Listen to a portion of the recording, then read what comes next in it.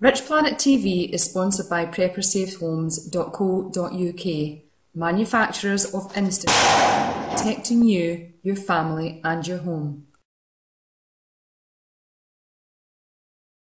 I'm joined today by Baron Blackett, who was featured in a series that I made in 2012 called The Forensic Historians. Now that series covers the work of Alan Wilson and Baron Blackett, two historians who've been working for 40 years now looking into ancient British history, and in particular King Arthur and other eras of British history. Now over the years they have suffered quite a lot of smear attempts, both in the media and also attempts against their lives, which they claim has been perpetrated by the state, or the secret state as it is referred to by Baron Blackett in your new book, because that's what we're here to talk about, your new book. Just give us the title of it, Baron. The Satanic Protocol. The Satanic Protocol, and, yes. And the subtitle? Criminality within the secret state. Right. So this book outlines a lot of what was shown in the first 3 programs of the Forensic Historians, which includes what you allege was an incendiary device placed under your bed, which was an attempt on your life, you believe, which was then covered up by Northumbria Police. That's one of the main areas covered in this book, yes? We have evidence, we have witnesses, we have forensic evidence, we have people who have worked 30 years, for example, Commander in the Fire and Rescue Service, and his opinion is these are saddle burns in the rafters. It was a typical incendiary device left over, and it was done deliberately. It was carefully conspired, and it was an absolute foul, heinous, cowardly crime. Yeah, and this isn't the first attempt. There was an attempt in the 1980s where you had a jackhammer thrown out in front of your vehicle as well. And all of these incidents and smear campaigns are covered in this book. Well, yes, but by far the most monstrous attempt was this heinous, cowardly act of putting the incendiary device, the firebomb, under my bed, which was detonated at 3:20 on the Sunday morning, the 14th of September 2011. Right. That's by far the most heinous. And this had the effect of reactivating one of my associates. For example, Grant Bartley said, "This is the icing on the cake." That's the one I said, responded, I said, "I prefer it never happened at all." But what he means is, he's always wanted to do this kind of book. And right. This experience, this evidence, this photographs and all the detail and the story in general, the horrific horror story, he said he wants that because it's really inspired him to do this book, The Satanic Protocol. Now this is the cover of the book just behind you here, Baron. Yes. And as you say, it goes into all of the skullduggery, let's say, surrounding your research over the years. What I found interesting in the cover, you list a lot of books that have been written about the intelligence services and how they operate. It has been meticulously researched. There's 50 of the most reputable and most reliable sources, from Stella Remington, former head of MI5, to Nigel West, the historian on espionage, counter-espionage, the Secret Service, Richard Tomlinson, who was a former MI6 man, and it's been meticulously researched as 50 references. And we're even going to mention, this is not some, I'm not playing some sort of James Bond game here. This, for example, David Cameron, the Prime Minister, said last December in his famous speech, which was internationally televised, that there are elements within the Secret Service to which criminal charges should be brought against. Absolutely, and I can't think of one example of that. Well, this is a prime example. My chances of survival, all in all, I don't want to go into the detail. When I arrived in hospital, I was given 20% chance of survival, judging by the previous experience. The previous 6 victims of fires, similar to mine, had all died. Yeah. I was given 25% chance of survival. recently, since that atrocity, there's been 6 fires nationally and in Wales. Virtually everyone died, and it was not a slam dunk. This was, for example, with Marie Smith, for example. She put paraffin or petrol in a cot outside in the doorway. Well, that's not half as lethal as putting an electronic bomb under the bed. Yeah, so you believe an incendiary device was planted underneath your bed in August 2011? Yeah. I know I've seen an incendiary device. I know a former MI5 operative showed me one back in the late 90s. Now, if you want to watch the program which covers that, it's program number 88, which you can watch from richplanet.net website, and it shows all the video evidence that an incendiary device was planted underneath Barham's bed. You envisage this book to be published in a few months' time, Barham? Within the next year, at least. Right, and it will be available to buy from richplanet.net once it's published. Well, this book is not about me as an individual. This is a public policy aspect. These people in grossly abusing the system for their own curricular activities. I have people who have had their business sabotaged. Yeah. There's people who have lost jobs or wondering why they didn't receive that promotion, and they actually agree with me. It was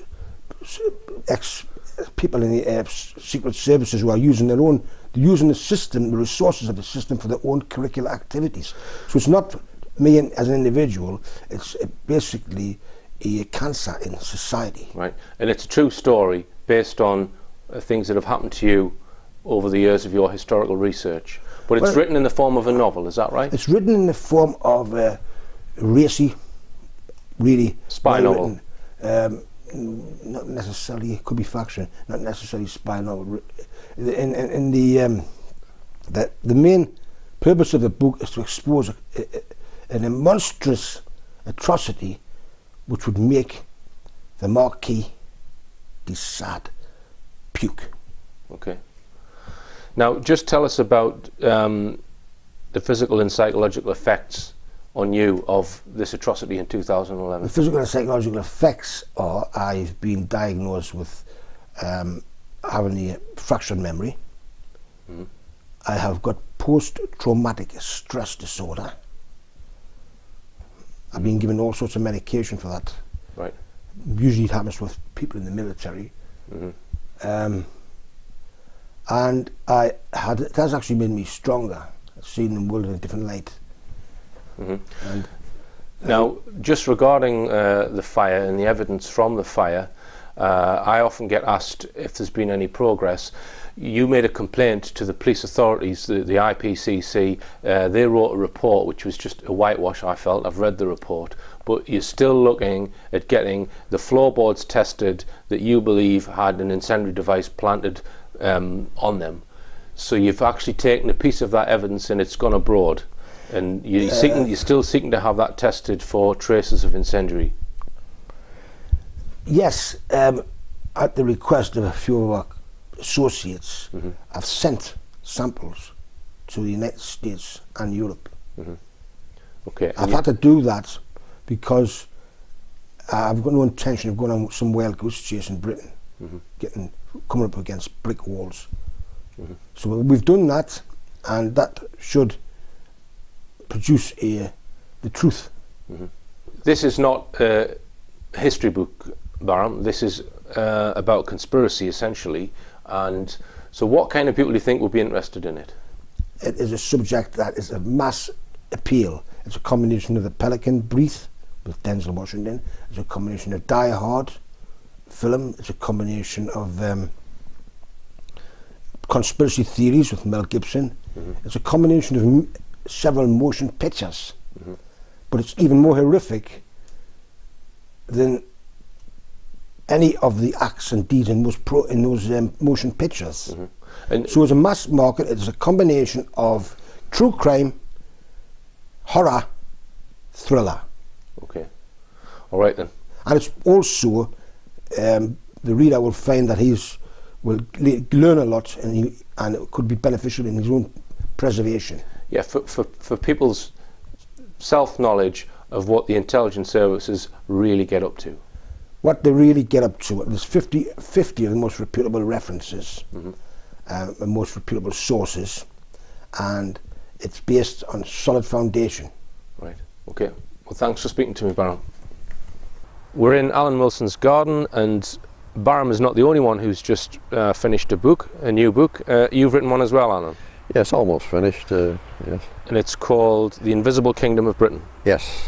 So just give us a quick synopsis. In Britain we've got a history going back 3,600 years, back to the arrival of Albine in, say, 1600 BC, 1500 BC, Brutus in 500 BC, and then the Holy Family, the third invasion, the smallest, arriving in Britain from Judea, led by Joseph of Arimathea in 35 AD. Okay. So those are three main invasions of arrivals in Britain. And you do come... And we've written a series of books, as you know, covering these.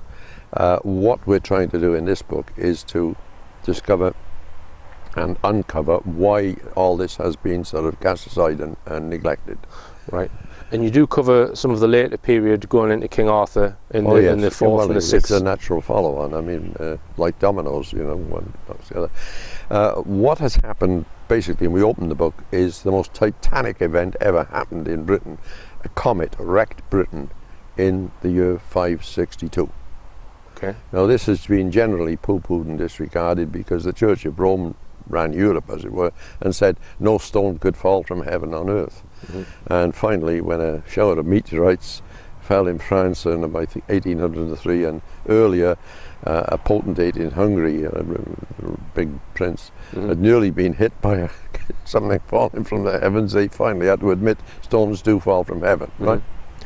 Now, what has happened is that in Bolivia, exactly the same thing happened in Bolivia. All the pyramids, the temples, the churches, the houses, the cities, towns were wrecked by a comet coming north, east to southwest in 562. Same year as Britain, so this thing is clearly, if you draw a line on a map, gone right across. We open with that, it has to be dealt with. So prior to that time, you contend that in Britain, the power centre, if you like, was in Cardiff. Yes. The British kings, King Arthur and all of the kings before him, and then after that period things changed a bit because of this catastrophic event. Is that what you're saying? Yes. So what was the changes which then ensued after this comet? Well, what ensued is that most of the population that survived fled to Ireland, over to Brittany and elsewhere, and for 7 to 11 years large parts of Britain were uninhabitable. Right. As they're uninhabitable, as the land's revived, nothing lived. No fish, no newts, no frogs, no tadpoles, no birds, no animals. You go into these zones and you were dead. And this could be part of the reason why the true history of King Arthur has been lost. Oh yes, it's the beginning of a series of domino events that led to a complete change in the map of Britain and who lived where, because immigrants started to come into the empty, devastated areas. You see, and there's nothing to oppose them. Right, including the Saxons. Saxons, the Angles, the Jutes, yeah. Right. The Angles record in their histories how the lands were devastated and scattered groups of bewildered people were about. Yeah.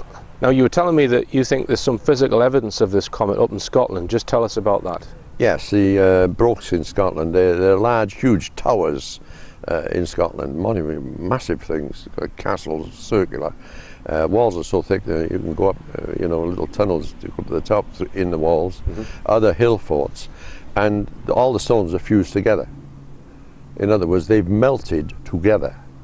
So the surface of each stone is, where it touches the other, has become like part of each other. And only an extremely high temperature could do that. Well, what has happened, they now know that the stones at the top have a deeper depth of melting. Right. And as you go down, there's less and less depth of melting of the surface of the stone. Right. So the heat has come from above.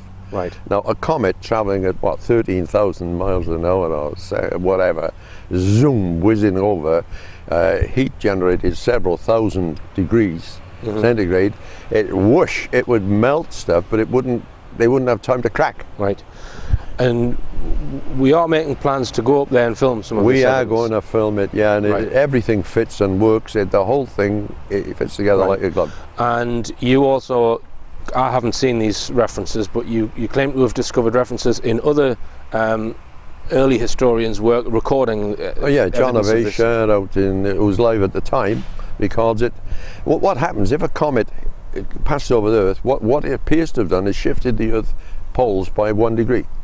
Now, Professor Charles Hapgood, a famous man in America with his team, has shown that the North Pole, once it was south of Greenland, it was near Iceland, it was in Hudson's Bay, it was in Minnesota. The North Pole has wandered around everywhere, which would account for ice ages. The ice didn't come down from above and cover the Earth. The pole was in a different place. So when it's south of Iceland, it's over Europe and Britain. And you think this accounts for certain areas of the UK being flooded at that time? And yes, the Conway Estuary, land went underwater. The Cardigan Bay, large areas, the Lost Cantref went underwater. In the south east Wales, the most important to us historically, the whole of the Orchard Ledge, Avalon, went underwater, and a huge harbour there, a massive stone harbour which exists in the mud now, went underwater. Also in Poole in Dorset, there's a submerged harbour, and it went down. What has happened, when the Earth shifts by 1 degree, the water doesn't lie over the oceans, doesn't lie evenly. It lies in less height of water at the poles, and more because of centrifugal force at the equator. So a shift of 1 degree could, in the Med, raise water levels by 80, 90 feet, 100 feet. That's why Alexandria and Caesarea and these great cities built by Alexandria, built by Mark Antony and Cleopatra VII, is now 90 feet underwater. So this all happened in the 6th century? It all happened, and John of Asia says how these various Greek and other cities were submerged. All right. Now, another thing covered in your book is Joseph of Arimathea, who is the man who allegedly took Jesus Christ down from the cross. And there's well, there are claims that he came to Britain. Right. Now, one of them that I've heard is that he went to Glastonbury, but you refute that he was in Glastonbury. You say he was in Cardiff. Well, Glastonbury is not founded until, what, 941 was it? And 942, the first abbot is Dunstan. The evidence is in abundance, because the only evidence they go on is Maelgwn of Llandaff. Llandaff is in North Cardiff. It's a mile from Cardiff Castle. And Maelgwn of Llandaff is a brother of King Moerig, the father of Arthur II. And there was recently an article in the Telegraph and other publications in Wales about these claims of Joseph of Arimathea being buried in Cardiff. Yeah, colleagues of ours in Birmingham and elsewhere, we've allowed our information to them. And they have produced a very fine booklet with masses of historical references as well, showing that there is a grave extant in exactly the right place as described by Maelgwn of Llandaff, and it's in Cardiff. And the whole thing fits, the geography fits. There was an island there, you see. The River Tap split in two and rejoined at the corner of Cardiff Castle, southeast corner of Cardiff Castle, southwest corner, sorry. And they altered the course of the Taff, I think in 1848, to build the Cardiff Railway Station. So there was a kind of an island there. There was an island, a land enclosed by water on all sides, yes. The river split and rejoined. So tell us a bit more about the book, Alan. Well, we do go on then to deal with salient points. I mean, Arthur I has to be dealt with, Arthur II needs to be dealt with, and we have to then get some progressive history afterwards. And we deal with major feature points, tidying them up that have been opened but not gone into great detail in earlier books. Does that make sense? The tie-up is that Arthur II sailed to America and took a fleet, 700 ships.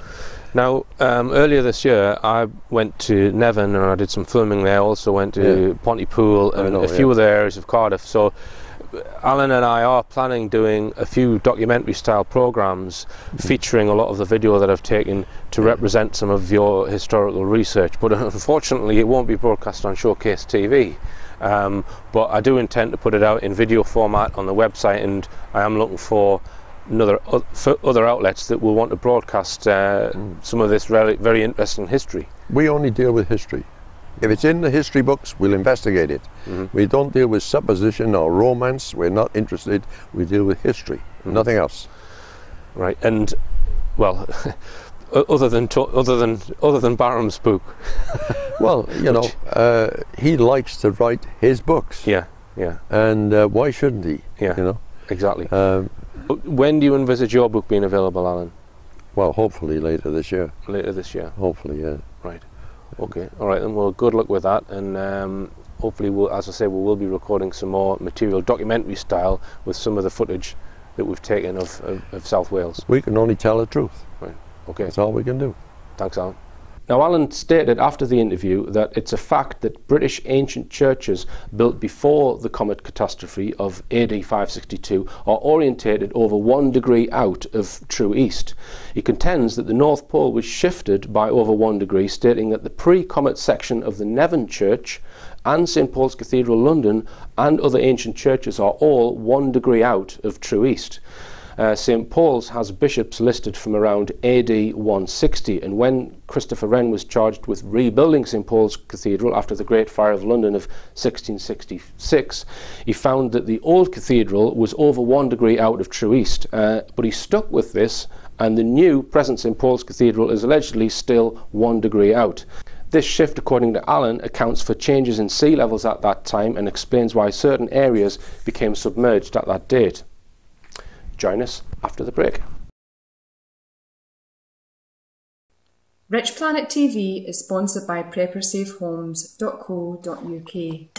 InstaShield for your quick, simple home protection.